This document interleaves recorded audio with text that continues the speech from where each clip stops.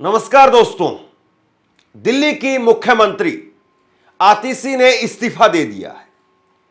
आतिशी के इस्तीफा देने की खबरें और फोटो वो निकल करके सामने आई है। एक प्रक्रिया है और उस प्रक्रिया के तहत उन्होंने इस्तीफा दे दिया। एलजी ने विधानसभा को भंग कर दिया है। लेकिन दूसरी जो बड़ी खबर है वो ये है कि भगवंत मान वो अरविंद केजरीवाल से मिलने के लिए पहुंचे हैं।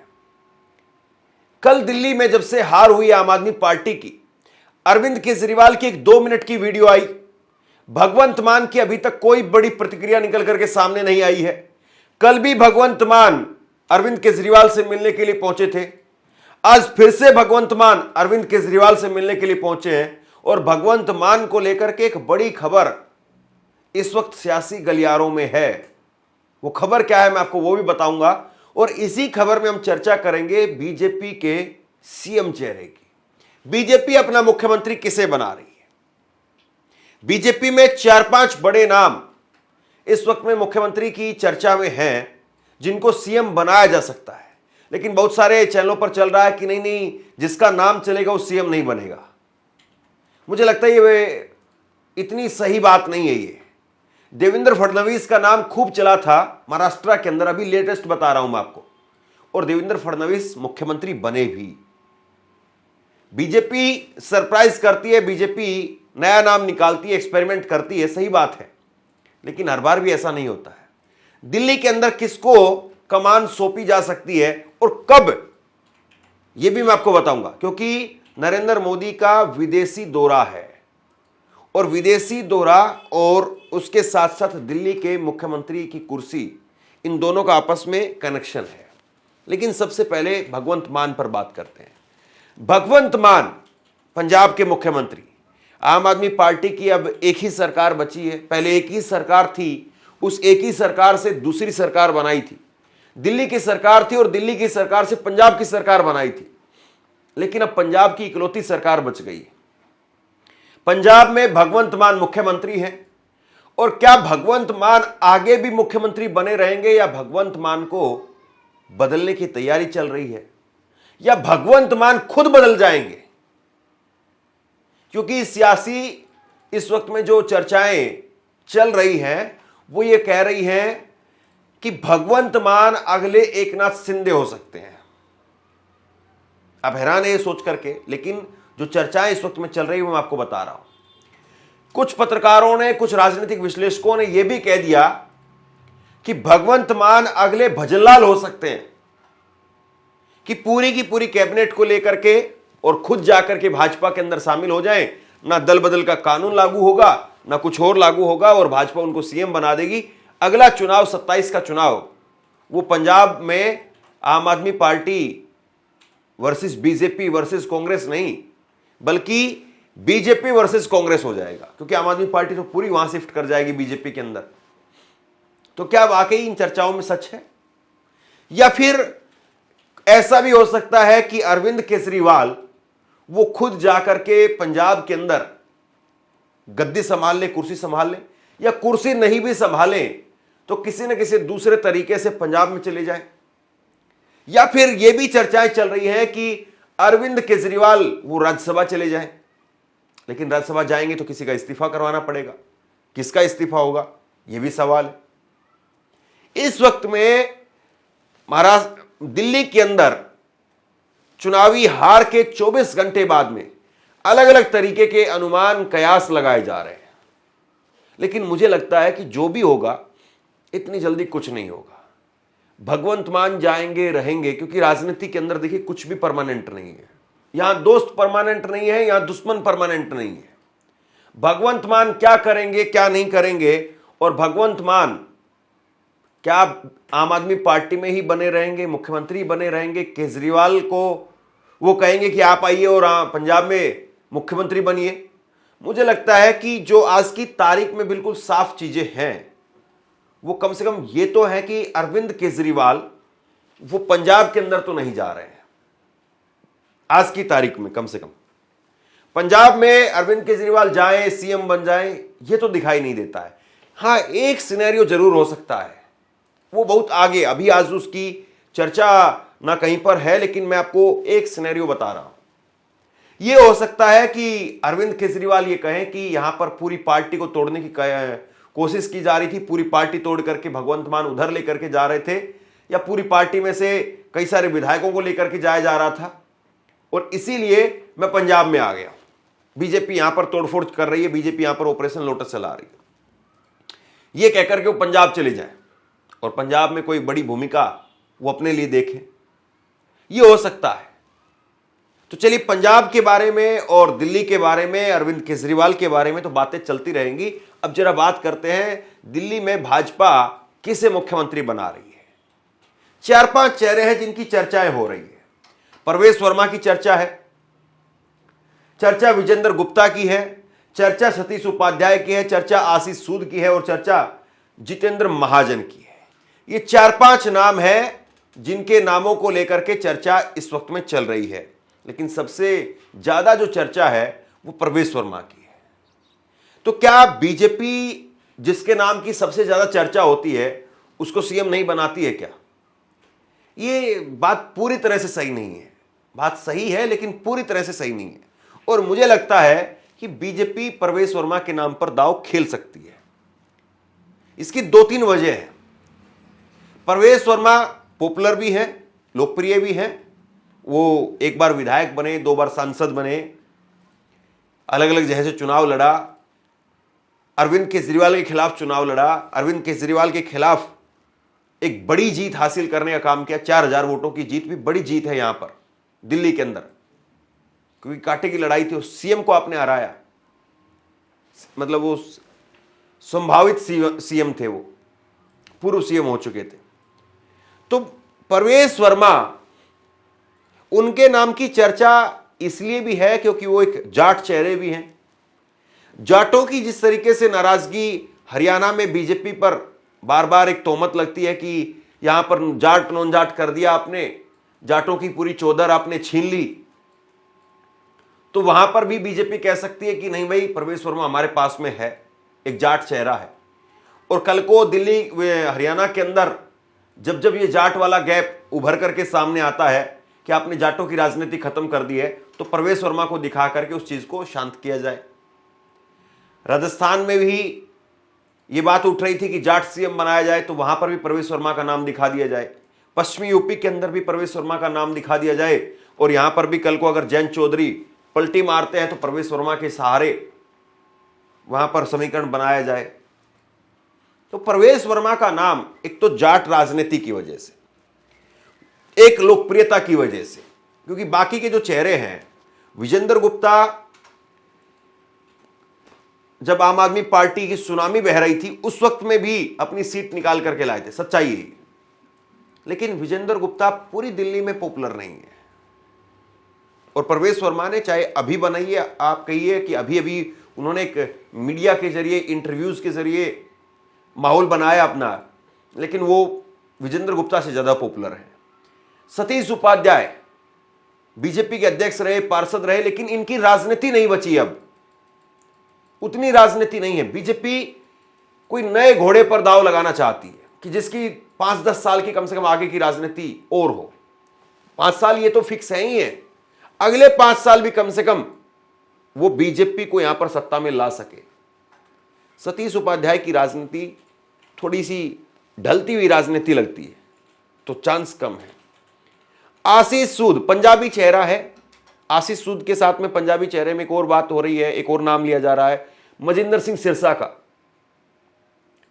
लेकिन आशीष सूद का नाम इसलिए कि वो बीजेपी से आते हैं, मजिंदर सिंह सिरसा वो बीजेपी से, मूल रूप से बीजेपी से नहीं है। और उसके बाद में जितेंद्र महाजन वैसे बनिया समाज से आते हैं, आरएसएस के करीबी है, लेकिन मुझे नहीं लगता कि बीजेपी इतनी डिटेल में जाएगी।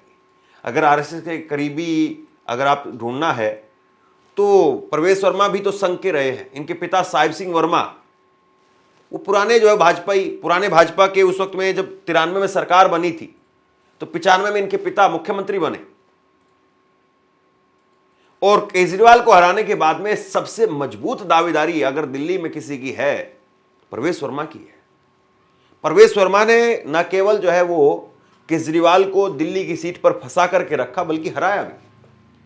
परवेश वर्मा पर जो डेंट है दो तीन, वो एक तो ये है कि उन्होंने एक समाज के लिए, मुस्लिमों के लिए, और उस वक्त में जब शाहीन बाग का आंदोलन चल रहा था, बड़े आपत्तिजनक शब्दों का प्रयोग किया कि ये कल को जो आंदोलनकारी हैं वो आपके घरों में घुसेंगे, आपकी बहन बेटियों के साथ छेड़छाड़ करेंगे, ये कहा। दूसरा, उन्होंने कहा कि हिंदुओं ने बॉयकॉट करना शुरू कर दिया, बहिष्कार करना शुरू कर दिया मुसलमानों का, ये उन पर एक बड़ा डेंट है। लेकिन बीजेपी को सूट भी करता है। बीजेपी को कोई ऐसा चॉकलेट बॉय वाला सीएम भी शायद नहीं चाहिए होगा। आप योगी आदित्यनाथ की बताइए कौन सी इसके अलावा बीजेपी के अंदर बटेंगे कटेंगे, यही तो बड़ी खासियत है। इसीलिए तो योगी आदित्यनाथ पॉपुलर हो गए। हिमंता बिस्वा शर्मा, वो हिंदू मुसलमान की राजनीति के अलावा उनकी यूएसपी क्या है? और उसके बाद में तो बुलडोजर मामा बनना पड़ा शिवराज सिंह चौहान को। शिवराज सिंह चौहान सॉफ्ट बॉय एक तरीके से थे, लेकिन नई राजनीति में अपने आप को ढालने के लिए बुलडोजर मामा बनना पड़ा। वो बात अलग है कि मोदी जी ने बुलडोजर मामा भी नहीं छोड़ा और कुछ भी नहीं, सेंटर में ले लिया उनको। तो परवेश वर्मा मजबूत दावेदार हैं, लेकिन एक बात मैं आपको पूरी गारंटी से बता रहा हूं, अभी कम से कम एक हफ्ता तक बीजेपी के मुख्यमंत्री पद के नाम का ऐलान नहीं होगा। और इसकी वजह क्या है? इसकी वजह है नरेंद्र मोदी का विदेश दौरा। 10 से 12 फरवरी को नरेंद्र मोदी फ्रांस के दौरे पर जा रहे हैं 2 दिनों के लिए, और उसके बाद में संभावित है कि वो अमेरिका जाएंगे। 13-14 फरवरी का उनका अमेरिका का दौरा रहेगा। वैलेंटाइन डे खत्म। बीजेपी वैसे भी कहां वैलेंटाइन डे वाली पार्टी करती है, काम करती है। आम आदमी पार्टी ने वैलेंटाइन डे के दिन जरूर जो है सरकार बनाई थी 14 फरवरी को, लेकिन आम आदमी पार्टी अलग थी, बीजेपी अलग है। तो 14 फरवरी तक तो ये रस्साकसी चलती रहेगी। आज 9 फरवरी का दिन है, हफ्ता भर तो चल मान करके चलिए। नरेंद्र मोदी के विदेश दौरे के आने के बाद में फिर किसी का नाम का ऐलान होगा, बैठकें चलेंगी। आज भी जेपी नड्डा की बैठकें हैं, अमित शाह की बैठकें हैं, और उसके बाद में नरेंद्र मोदी आएंगे, फिर और बैठकें होंगी। फिर उसके बाद में नाम का ऐलान किया जाएगा, और फिर बीजेपी लाव लश्कर के साथ में यह शपथ ग्रहण समारोह करेगी, क्योंकि बीजेपी पूरे जश्न के साथ में जो वो जा रही है। लेकिन इसमें परवेश वर्मा का अगर नाम कहीं पर चूकता है तो वो एक वजह और है, और उसमें एक बड़ा नाम उभर करके सामने आता है मनोज तिवारी का। वो वजह ये है, या मनोज तिवारी की जगह पर पूर्वांचल से किसी और को, उसकी वजह यह है बिहार का चुनाव। कि बिहार के चुनाव में कोई ऐसा मैसेज दिया जाए कि देखिए भाई, पूर्वांचलियों के लिए, बिहारियों के लिए हम दिल्ली में अपना सीएम बना रहे हैं। और जाहिर सी बात है, बिहार का आदमी उस चीज के साथ में कनेक्ट करेगा कि नरेंद्र मोदी ने वहां पर सीएम बनाया है, और इस चीज को नरेंद्र मोदी वहां पर खींच करके ले जाएंगे। वो कहेंगे कि देखिए, हमने बिहार में सीएम बना दिया, दिल्ली में सीएम बना दिया एक बिहारी को, आप यहां पर मौका दीजिए। तो उस सिनेरियो में अगर आप देखें तो परवेश वर्मा का नाम थोड़ा सा नीचे हो जाता है। बाकी आतिशी को लेकर के भी बहुत तरह की बातें चल रही है, केवल भगवंत मान को लेकर के नहीं, आतिशी को लेकर के भी। ये तस्वीरें आप देखी कुछ, ये तस्वीरें कल निकल करके सामने आई जब आतिशी चुनाव जीत जाती है, और चुनाव जीतने के बाद में उनकी डांस करती हुई जो है वो वीडियो छा गई इंटरनेट पर कि भाई डांस कर रही आतिशी। और आतिशी का डांस बहुत सारे लोगों को चुभ गया, भाजपा के लोगों को भी चुभ गया। स्वाति मालीवाल है, वो ट्वीट करके कहने लगी कि ये कैसी बेशर्मी है, पूरी पार्टी हार गई, सबसे बड़े नेता सारे हार गए, और ये डांस कर रही है यहां पर। ये जो डांस है, पूरा गाना बजा करके और उस गाने के बोलते हुए डांस आतिशी का, कई सारे पत्रकारों ने लिखा कि आतिशी को जानबूझ करके जिताया गया है ताकि पार्टी के अंदर दिल्ली में भी और पंजाब में भी एकनाथ शिंदे जिंदा रहे। क्या होगा क्या नहीं होगा, अभी वक्त इस बात को तय करेगा। लेकिन जो हालात नजर आ रहे हैं, जो तस्वीरें इस वक्त में सामने आ रही हैं और जो इस वक्त में चीजें निकल करके सामने आ रही है, वो साफ तौर पर बताती है कि अरविंद केजरीवाल की राह आसान नहीं है। अरविंद केजरीवाल के लिए इस वक्त में बड़ी भारी चुनौतियां हैं। अरविंद केजरीवाल को न केवल अपनी पंजाब की सरकार बचानी है पहली, और उसके साथ साथ जो है यहां पर पार्टी भी बचानी है। कल कुमार विश्वास मीडिया को बाइट दे रहे थे। कुमार विश्वास का खुद कितना चरित्र है वो सब जानते हैं, और वो कैसे सोनाक्षी सिन्हा पर अभी जुम्मा 4 दिन पहले किस तरह की भद्दी टिप्पणियां कर रहे थे। और कल कुमार विश्वास इस बात को कह रहे थे कि मेरी पत्नी रोने लगी, हमें बंद कमरे में गंदी गंदी गालियां दी जाती थी। आम आदमी पार्टी के जितने भी लोग हैं, नेता हैं, कार्यकर्ता हैं, वो सब वापस लौट जाओ, चाहे दूसरी पार्टियों में चले जाओ। और जो भी लोग आए थे उनको ठगने का काम किया एक बोने आदमी ने, एक चरित्रहीन आदमी ने। अरविंद केजरीवाल के बारे में उन्होंने ऐसी बातें बोली। और उसके बाद में फिर एक कार्यक्रम में गए, उस कार्यक्रम में भी उन्हीं सारी बातों को उन्होंने दोहराया। अब मैं वो बातें अगर सुनाऊंगा आपको तो कॉपीराइट लग जाएगा, इसलिए मैं केवल वैसे आपको बता रहा हूं। तो सोचिए किस लेवल की तैयारी की जा रही है। अगर कुमार विश्वास कुछ बात कह रहे हैं तो कुमार विश्वास की आज के समय में बीजेपी के साथ में कैसी नजदीकियां सब जानते हैं। कुमार विश्वास ने जिस तरीके से योगी आदित्यनाथ की महिमा गाने का काम किया कि पहले लोग जो है वो अटल को अच्छा बताते थे, आडवाणी को बुरा बताते थे।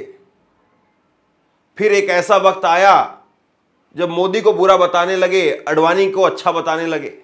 और कल को एक ऐसा वक्त आएगा जब लोग योगी आदित्यनाथ को बुरा बताएंगे और मोदी को अच्छा बताएंगे। तो मतलब वो ये कह रहे थे कि योगी आदित्यनाथ प्रधानमंत्री बनेंगे।